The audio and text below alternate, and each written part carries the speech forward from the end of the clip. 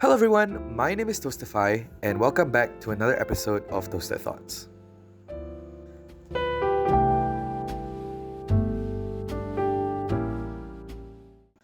So for today's video, I think I want to talk a bit about how friends are important and how they can actually leave such a lasting and influential impact on your life as a whole. Because I think everybody here has friends, you know, even if you say you don't, there has to be at least one person out there who cares for you and wants to see you win, you know? And even if you don't have friends, then I implore you to go and look for them, talk to people and meet people because there will always be someone out there for you if it's meant to be, if it's in the cards, right? And I think to start off, I think sometimes when we hang out with people, we hang out with them because they give us a lot of attention and praise and they glaze us. But in reality, like they don't really care about you when the going gets tough. Like yeah, the good moments are good, but they're not great. And when you're going through something very difficult in life, they aren't there to like get you through it. They're not like you don't have their support, right? And I think that you can't really please everyone. You can't make everyone like you because even you hate people, right? But that being said, the friends that do help you out in life and like do want to see you win are few and far between. And I think because of that, we have to be very selective about who we let into our life and who we allow ourselves to interact with as a whole.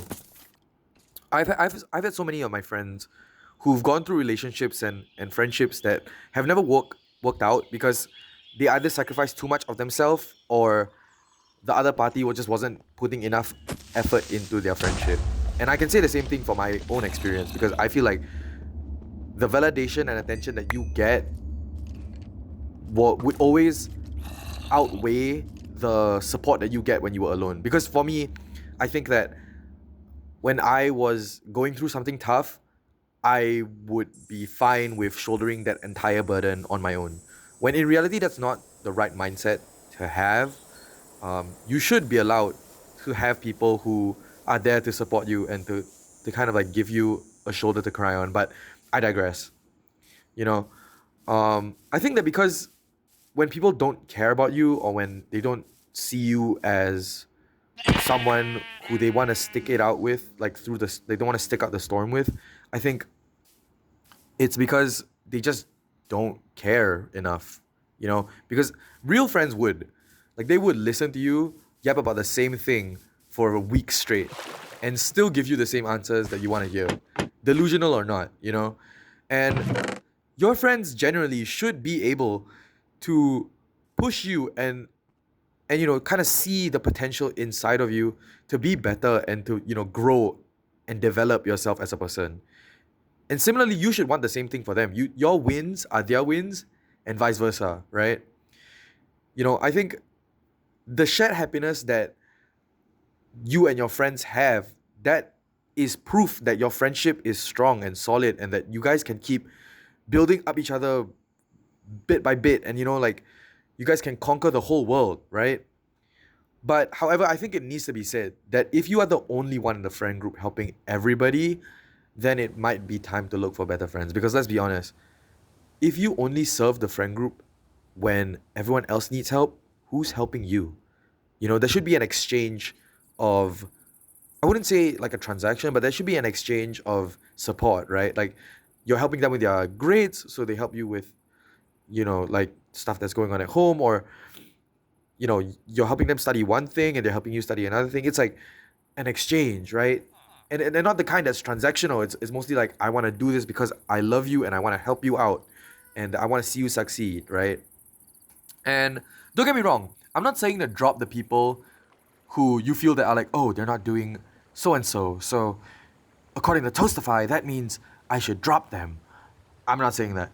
What I'm trying to say is that if that were the case, definitely try to talk to them about it first. Like, look, have a heart to heart and say that you're feeling underappreciated and you want better for yourself. And I think most friends would be reasonable enough to say, you're right, I can be better for you and I want to be better for you and I will change, moving forward. And you take it one step at a time and then see how it goes, right? I think to add on to that, right, like a lack of communication should not be the reason to drop your friends. Definitely not. But you also have to realize that they can't read your mind. So you need to tell them what you're thinking, obviously, and then be able to communicate your feelings with them in a way that lets you both get some form of compromise or growth out of that relationship or out of that conversation, right? If and when they keep forgetting and like the reminders aren't working for them, then maybe that is your sign to be like, okay, I have to drop this fella. But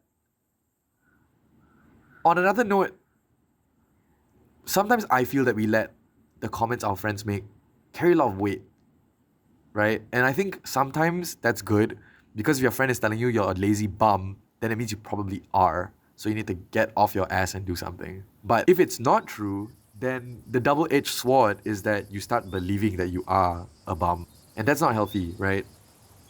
And you know me, I'm big on this self-improvement stuff. So, in my opinion, I would say that when we let them say things to us that get under our skin, it starts to manifest as insecurities.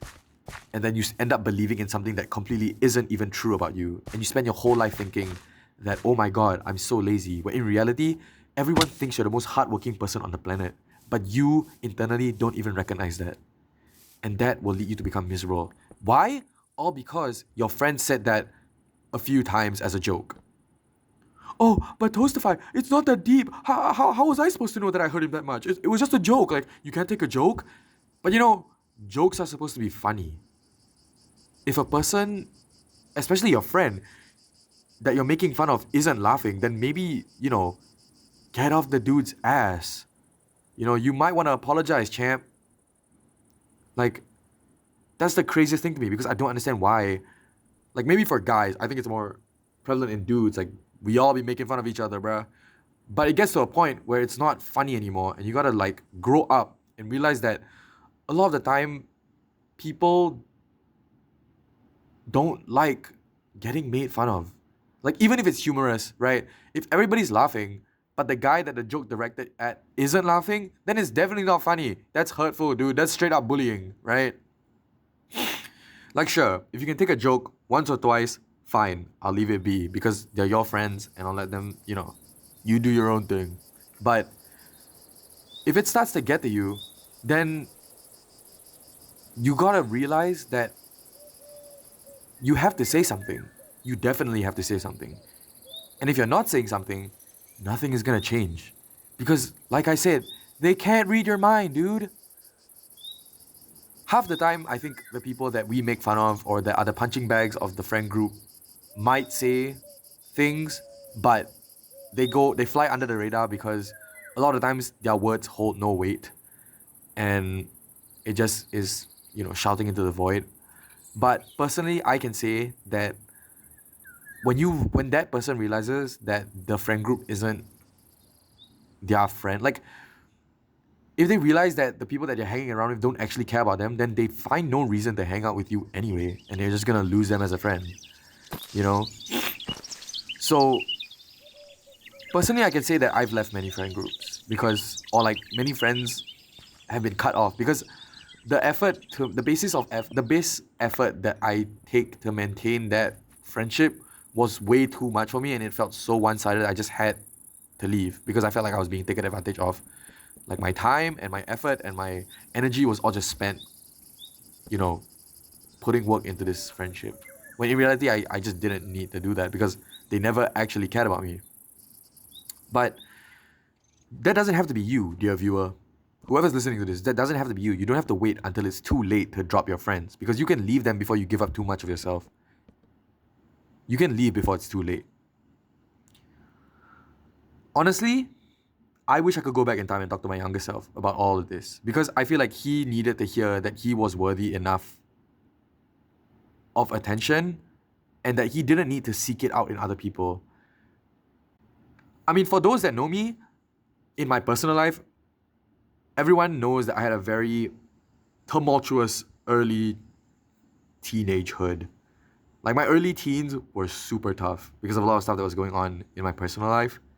But that led me to look for validation and from attention from people that really weren't good. And let's just say I was lonely a lot. I was lonely so much. It was so bad. But, I grew up and it didn't, I would say that I became well adjusted enough, but definitely 100% that doesn't have, like, the advice I would give myself back then was that my self worth isn't dependent on the perception of other people. You get what I mean? Like, everything that I became happy with came internally. And I think that led to me finding friends who actually did care for me and did want to see me improve. And I guess, like, some people never leave their. I feel like that most people never leave their. Like, another reason why people never leave their friend groups is that because they're too afraid of being alone. But that to me isn't even like a good reason to not leave because that fear will lead you, like the fear of being alone will stop you from discovering the deepest, most intimate parts of yourself that you otherwise would never have known had you stayed in the friend group.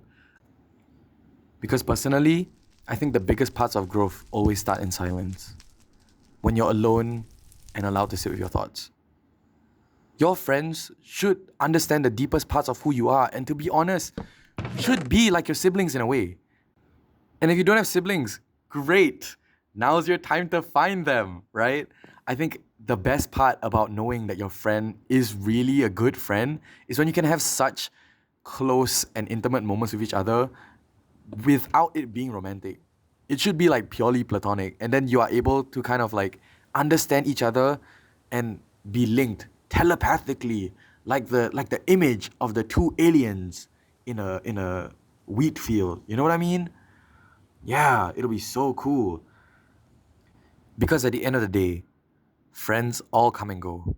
But instead of seeing their absence as a loss, we should be allowed to appreciate that they were there in our life anyway. Right? But that's gonna be all from me today, guys. So, as usual, stay truthful, talented, and toasted.